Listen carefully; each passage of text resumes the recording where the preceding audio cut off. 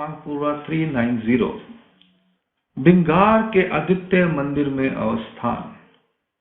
अरण्य ग्राम से निकलकर भगवान श्री चक्र स्वामी बिंगार में पहुंचे। इस गांव के मध्य में आदित्य का मंदिर था। वहां भगवान आसन पर विराजमान हुए। बादशाह ने भगवान के श्री चरणों को धोया। दोपहर का पूजा अवसर किया गया। फिर भगवान ने भोजन किया, कुल्ला करके पान का बीड़ा लिया और उसके बाद दोपहर को थोड़ी देर विश्राम किया। इसी आदित्य के मंदिर में भगवान ने 15 दिन तक निवास किया। लीला का हेतु। भगवान श्री चक्र स्वामी ने बिंगार के आदित्य मंदिर में 15 दिन निवास कर इस स्थान को विशेष रूप से संबंध प्रदान किया। भगवान जिस स्थान को विशेष रूप से संबंध देते हैं वहां कृपा और माया दोनों शक्तियों का विशेष उत्कर्ष रहता है।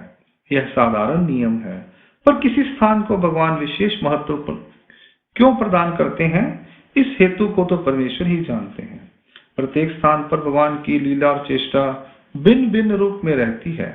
भगवान की प्रवृत्ति भी भिन्न रहती है, वहां के पदार्थ भी भिन्न रहते हैं। इनमें से कुछ दृष्ट पर होते हैं तो कुछ अदृष्ट पर होते हैं। कहीं भगवान एक वृक्ष को जड़ से लेकर पत्तों तक उसे संपूर्ण रूप से संबंध प्रदान करते हैं, तो कहीं वृक्ष की केवल एक शाखा को। उन स्थानों पर भी भगवान ने स्वयं बताया, तब हमें पता चला। अन्यथा परमेश्वर की प्रवृत्ति को जानने में अवतार का क्या मनोधर्म होता है, इस विषय में भी जीव को कुछ पता नहीं चलता। अंक लीला क्रमांक पूर्वा 390 यहां संपूर्ण होती है। लीला क्रमांक पूर्वा 391 लखुम देव के ग्रह द्वारा मुख ना दिखाना। एक दिन भगवान श्री चक्र स्वामी मंदिर में चौकी पर विराजमान थे। वहां भगवान के दर्शनार्थ उनके पास एक माता आई। उसने भगवान के चरणों को स्पर्श कर उन्हें दंडवत प्रणाम किया।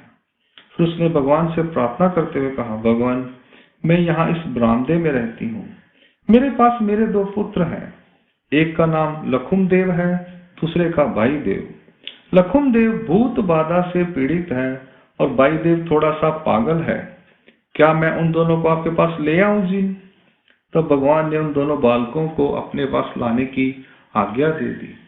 वह माता अपने दोनों बेटों को भगवान के पास ले आई और फिर उसने कहा, भगवान यह लखुम देव है, इसे भूत बाधा से मुक्त कर दें, और यह दूसरा भाई देव है, इसका पागलपन दूर कर दें। तो भगवान ने कहा, माता इस लखुम देव को हमारे पास ले आओ। ऐसा कहते ही वह अपना हाथ छुड़ाकर बाहर की तरफ दौड़ गया। तब वह माता 2 बच्चों की सहायता से उसे भगवान के पास पुनः ले आई, पर लखुम देव वहां से भाग गया। उसने अपना मुख भगवान को नहीं दिखाया। इतने में भगवान भी उसके पीछे उसे पकड़ने को दौड़े। इतने में वह बड़ी तेज गति से नारायण के मंदिर पर चढ़ गया और वहां जाकर उसने अपना मुख एक नाली के अंदर ठूस लिया। भगवान उसकी पीठ पर बैठकर कहने लगे, तू कौन है? तब उसने भी कहा, तू कौन है? 3 बार ऐसा पूछने पर भी उसने मुख को नाली में से नहीं निकाला। उसके बाद भगवान नीचे अपने स्थान पर चले गए।